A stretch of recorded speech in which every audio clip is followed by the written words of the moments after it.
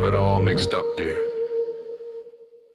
That night I heard your voice for the first time in VC.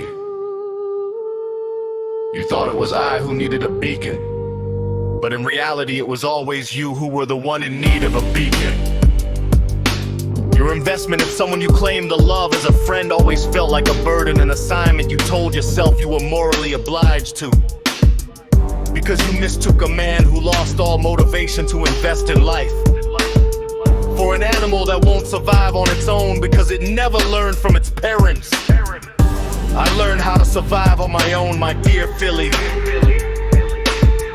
I learned to survive the hard way by clinging on to the edge of the abyss desperately until the muscles in my arms simply gave up.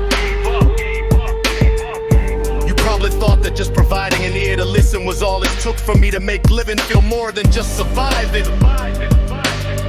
And you had no idea that a single person could possibly share so much of himself in just a few months' time. So the burden you imposed upon yourself turned out significantly greater than the time you thought you could spare. Yet you delude yourself that you only can spare a small portion of your time and energy to invest in another human being.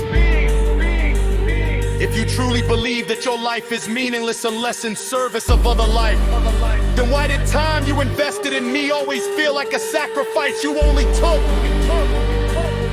Because the time already invested had become a sunk cost you didn't want to become in vain. It's the same pattern I noticed when you actually received an offer to pay you for whatever services it is you provide every weekend at the vets.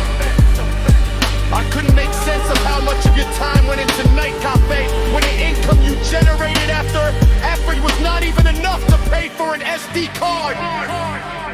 But it made even less sense when you were given an alternative source of income on a platter out of the blue that pays you as much for a day of your time as Night Cafe would likely have been able to generate you within the foreseeable future at all.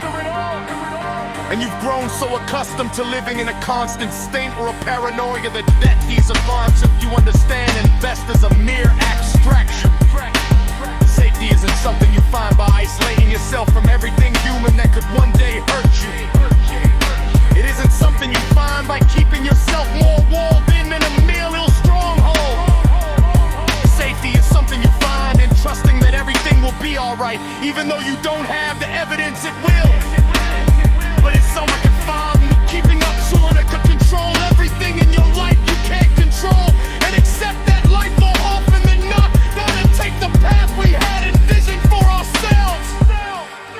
You reminded me of a song you wrote about letting go of things you don't have control over. Yet you cling to old habits because it's the only way you learn to control the direction to take your life. You cling to the tiny privileges you gained during the past 2 years or so because you're too afraid to lose the little you gained in an attempt to gain actual freedom and safety. You call Shroud Beretta foolish when they actually learned and trusted their instincts and learned to love one another so purely and strongly that life lost its meaning without having the other by their side. It was when Shroud risked getting hurt by trusting at Carrero and by learning from him how to love another human being again that she finally found peace again. As well as a reason to live. You stood by and watched, yet you never understood the lesson she learned. Stop worrying that you might get hurt by trusting another human being with anything that might do even the slightest ability to hurt you. You need to learn to surrender yourself, mind and body. You need to learn to allow someone else to be the beacon in your life, but what kind to fill those shoes in theirs? Love isn't just a matter of taking care of others and being a beacon in their storm. It's just as much about learning how to trust the other will be there as your beacon when you need his guidance yourself to face the storm. And it's about taking the risk you might get hurt by giving someone else that much power over both your physical safety and your emotional well-being. It's about giving up some of your personal freedom and having faith that your investment in someone else will not become a burden too heavy to bear. And it's also about wanting to fill the empty in someone else's heart because their mere presence in your life helps you fill your own empty. All you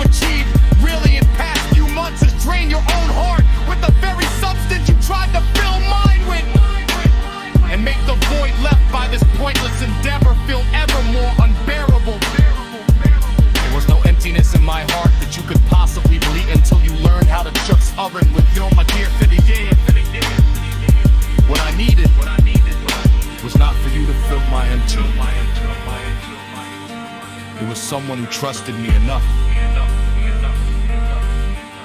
to allow me to fill their empty.